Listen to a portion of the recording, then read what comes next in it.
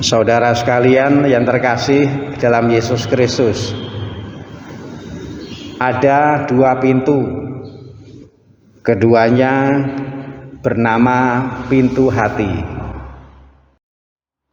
Terhadap dua pintu itu Yesus mengetuk, tentu dengan harapan dibuka.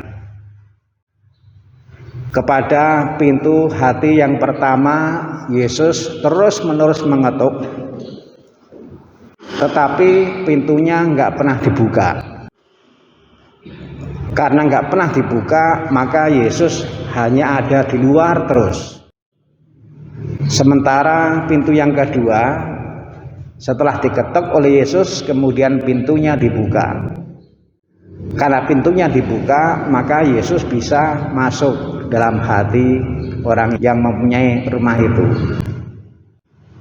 Inilah gambaran sederhana mengenai Injil yang tadi kita dengar bersama.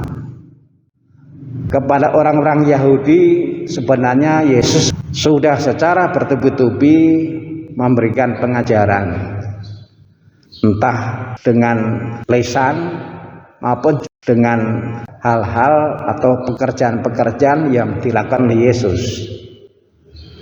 Tapi karena orang itu bersikukuh, orang itu tetap menutup rapat-rapat pintu hatinya, maka Yesus nggak bisa masuk. Malah bukan hanya itu, orang-orang yang menutup pintu hatinya ini pun kemudian menjadi nggak senang terhadap Yesus. Tadi dikatakan mereka bukan hanya nggak percaya, mereka itu bahkan juga mau menangkap Yesus, mau melempari Yesus dengan batu. Tetapi karena kuasa Allah itu lebih kuat, maka karena memang belum waktunya, Yesus bisa selamat. Lalu kemudian Yesus pergi ke seberang sungai Yordan. Di sana yang dijumpai itu sebaliknya. Di sana pintu hati dibuka, maka Yesus bisa masuk dalam hati orang-orang di sana. Dikatakan di seberang Yordan itu ada begitu banyak orang yang percaya. Inilah yang bisa kita renungkan hari ini. Kita pintu yang mana? Tentu harapannya adalah kita berusaha menjadi pintu hati yang dibuka. Sebab hanya dengan dibuka, maka Yesus bisa masuk dalam hati kita. Saya renungkan keberadaan umat. Umat itu ternyata nggak sendiri. Paling tidak di dalam gereja nggak sendiri, karena kita adalah saudara. Di rumah juga kita nggak sendiri.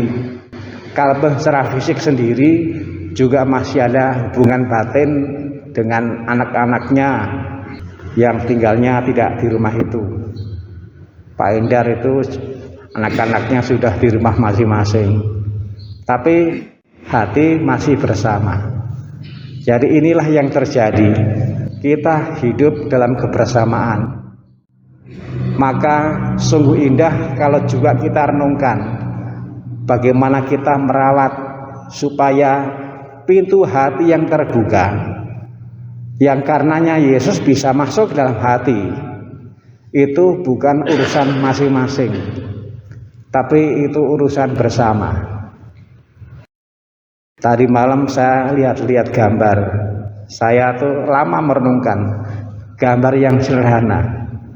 Ada keluarga yang anggotanya sedang bergandeng tangan dan mereka itu sedang berdoa. Hal yang begitu sederhana. Lalu saya renungkan, wah ini bagus. Ini bagus. Sederhana. Bergandeng tangan, berdoa. Lalu dalam keheningan mereka membiarkan diri, pintu hatinya terbuka dan Yesus masuk dalam hati anggota keluarga itu. Cara yang sangat sederhana, bagaimana mengusahakan supaya membuka pintu agar Yesus masuk dalam hati. Tidak merupakan usaha masing-masing, tetapi usaha bersama. bukan merupakan tanggung jawab pribadi, tetapi tanggung jawab bersama. Tuhan memberkati.